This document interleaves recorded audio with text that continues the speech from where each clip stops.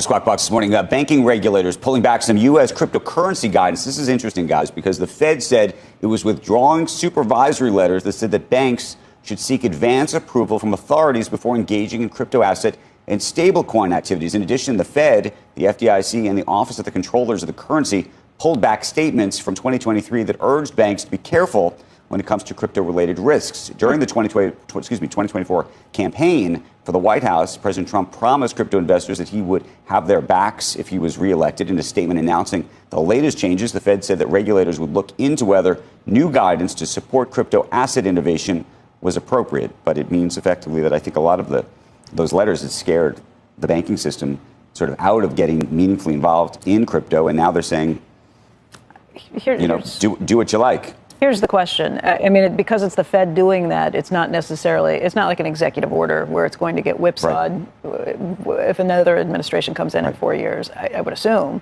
But again, the politicization of it probably has some a little concerned about whether the winds would change again at some point. I guess maybe it's better because it's coming from the Fed.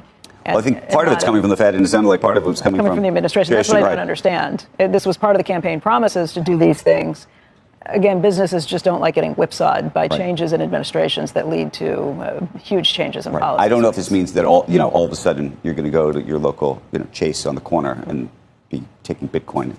But you can't take Bitcoin. Look, I guess it does feel very different. It does feel very different in that crypto is becoming much more widely accepted, and maybe if they can get more regulation that kind of cements that, maybe it would make the banks feel a little better about it. I mean, look, we used to interview Janet Yellen, and she would always talk to you about the risks of it. By the way, Jamie Dimon would talk to you about the risks of it. So I don't know. It's interesting because there are people in the banking system who still have their own views of the risks. But I think the banking system would also like to offer their customers whatever their customers want. Look, Larry Fink was against it until he was for it.